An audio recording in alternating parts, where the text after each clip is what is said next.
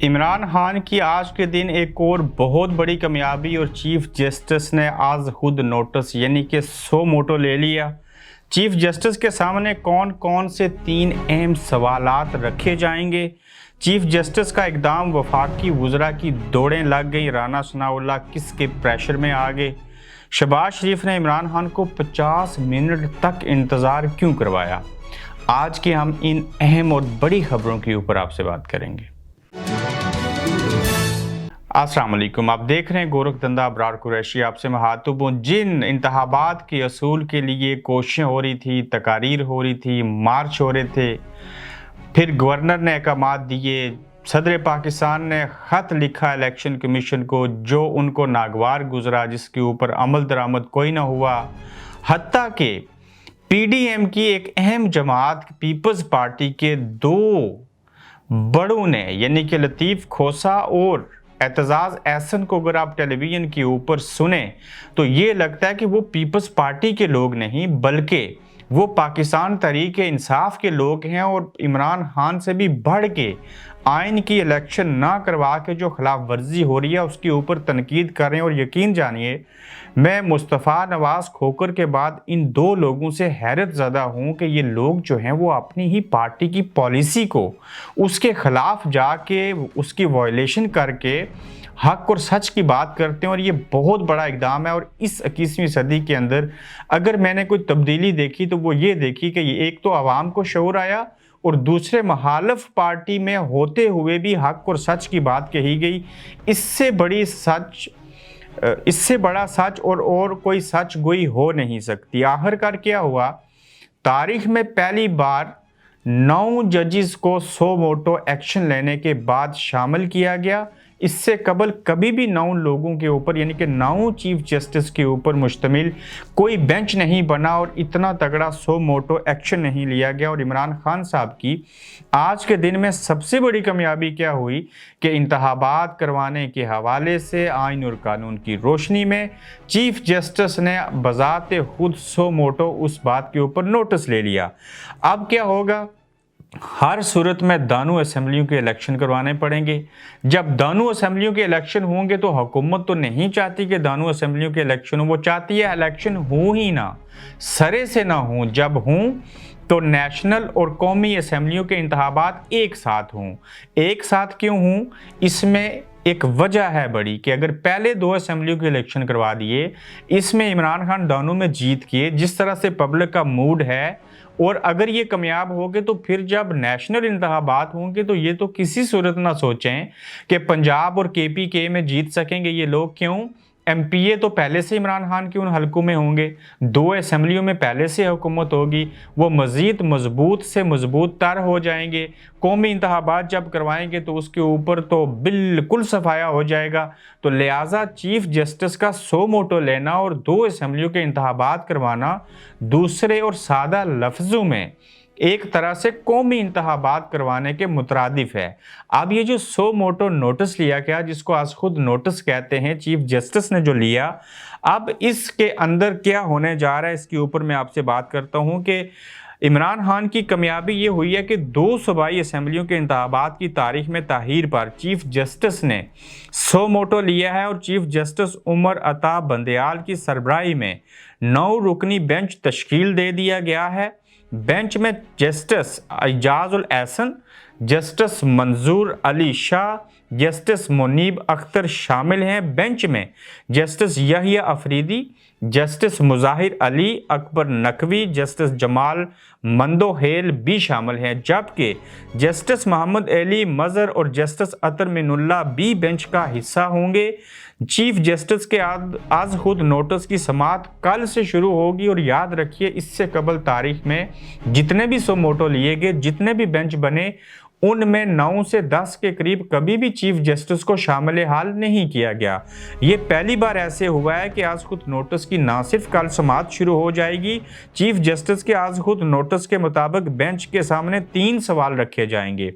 Chief justice के सामने वो 3 सवालात कौन से होंगे, ये बात करने से कबल मैं यहाँ पे हिंट दे देता हूँ, इसके ऊपर कल पूरा एपिसोड करूँगा। क्या आपने ये बात महसूस की कि तारीख में पहली बार इमरान खान या कोई भी शख्स तहरीक के लिए निकला तो जो वकला हैं उन्होंने शुरू में तो साथ दिया लेकिन बाद में खामोश हुए।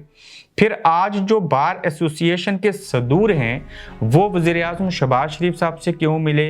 अब ये जो सदूर हैं ये बतौर वकील, बतौर वकला अपने ही जजों के खिलाफ रेफरेंस दायर करने जा रहे हैं। ये कहाँ से चीज़ें आ रही हैं, इसके ऊपर मैं कल बताऊंगा कि ये वकला को किसने क्या कहा, क्यों ये पहले बाहर निकले, गिराओ जलाओ भी हुआ, इन्होंने एहतजाज किया। चूंकि वकला जो हैं वो मीडिया से भी ज़्यादा एक रीढ़ की हड्डी की हैसियत रखते हैं किसी भी तहरीक के अंदर, लेकिन पहली दफ़ा हम देख रहे हैं कि वकला खामोश हुए या खामोश करवाएंगे, इसके बारे में मैं फिर बताऊंगा। लेकिन चीफ जस्टिस के सामने वो कौन कौन से 3 सवालात रखे जाएंगे ये बड़े अहम है, आप इनको सुन लीजिए।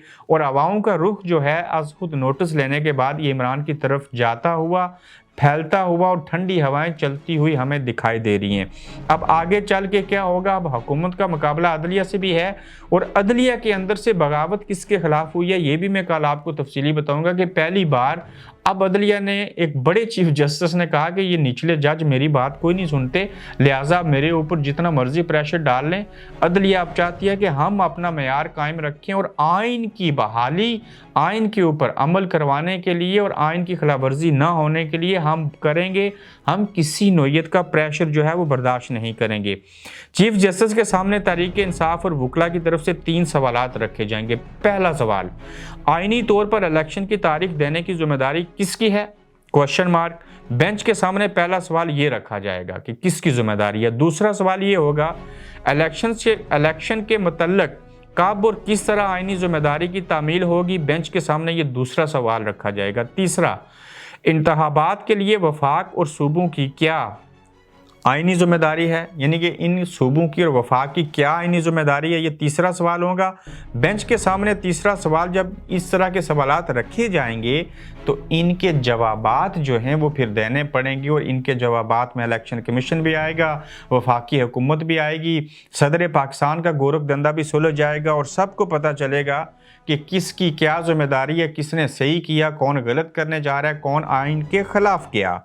अच्छा, चीफ जस्टिस का इकदाम, वफाकी वुज़रा की दौड़ें लगी और राना सनाउल्लाह सब किसके प्रेशर में आ गए?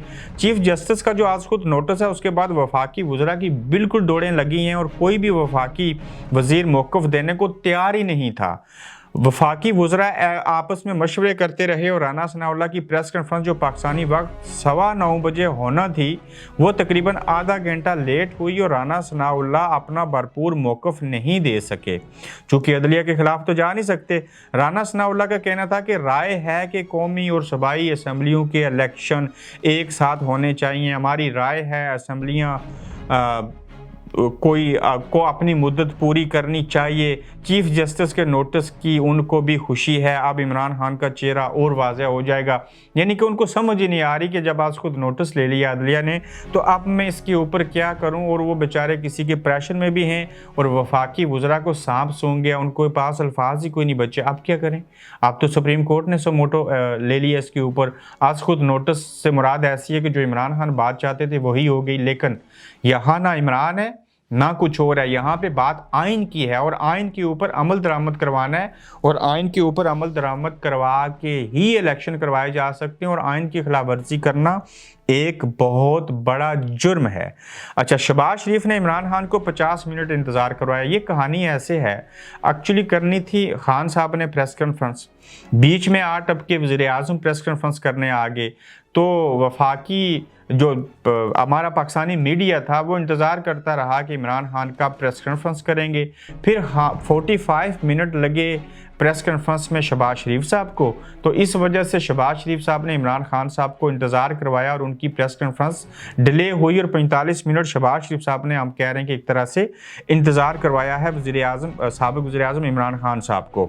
वज़ीर-ए-आज़म की प्रेस कॉन्फ्रेंस ख़त्म होने का इंतज़ार करते रहे और जब 7 बजे शहबाज शरीफ ने प्रेस कॉन्फ्रेंस ख़त्म की तो तकरीबन 7:05 पर इमरान खान ने अपनी प्रेस कॉन्फ्रेंस उसके बाद शुरू की। फवाद चौधरी मीडिया नुमाइंदों को उस दौरान मुसलसल कहते रहे कि खान साहब रेडी हैं, बस शहबाज शरीफ की प्रेस कॉन्फ्रेंस ख़त्म हो जाए तो फिर हम चीज़ों को लेके आगे बढ़ेंगे। वो प्रेस कॉन्फ्रेंस क्या थी, मराहत वापस ले रहे हैं, पेट्रोल के पैसे खुद दें, गाड़ियाँ वापस ले रहे हैं, फलां चीज़ करें, इसके अलावा उसके अंदर बड़ी चीज़ कोई नहीं थी। लेकिन आज के दिन में आज खुद नोटिस ले लेना, आप समझ लीजिए कि अब दानों सूबाई असम्बलियों के इलेक्शन होंगे और अगर कौमी इंतखाबात साथ में इस हुकूमत ने ना कराए, ये बेचारे मारे जाएंगे और बड़ा बुरा रगड़ा लगेगा इनको। देखते हैं कि क्या ये कोई ऐसा फैसला करेंगे जी कि हम सूबाई असम्बलियों के भी इलेक्शन करवाते हैं, कौमी इंतखाबात भी पहले करवा देते हैं, लिहाजा आप हमें थोड़ा सा टाइम दीजिए। देखते हैं ये कहानी किस तरफ जाती है और ये ऊँट किस करवट बैठता है। लेकिन पीटीआई और इमरान खान की सबसे बड़ी कामयाबी है सुप्रीम कोर्ट का इस मामले के ऊपर जो इलेक्शन नहीं हो रहे थे उसका आज खुद नोटिस लेना। अपना ख्याल रखिए, अपना फीडबैक दीजिए, कल दोबारा आपसे मुलाकात होगी। अल्लाह हाफिज़। आप देख रहे हैं गोरखधंधा अब्रार कुरैशी के साथ।